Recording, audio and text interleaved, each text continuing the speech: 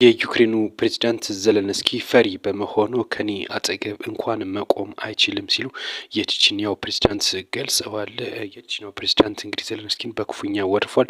ዘለንስኪ ባለፈው የቬኔዙዌላው ፕሬዝዳንት በአሜሪካ እንግዲህ ተይዘው ወደ ዋይት ሀውስ መወሰዳቸውን ተከትሎ ወይም ለፍርድ መወሰዳቸውን ተከትሎ ዘለንስኪ አሁን መወሰድ ያለበት የቼችኒያው ፕሬዝዳንት ነው። ይህም የቼችኒያው ፕሬዝዳንት ሲወሰድ የሩሲያው ፕሬዝዳንት ስለሚያይ ይደነግጣል፣ ይፈራል ሲሉ ነው እንግዲህ ዘለንስኪ የገለጹት። አክለውም የሩሲያ ፕሬዝዳንት ቭላድሚር ፑቲንም እንደዚሁ ታፍነው መወሰድ አለባቸው የሚል አንድምታ መናገራቸው ተነገረ የሚገኙ።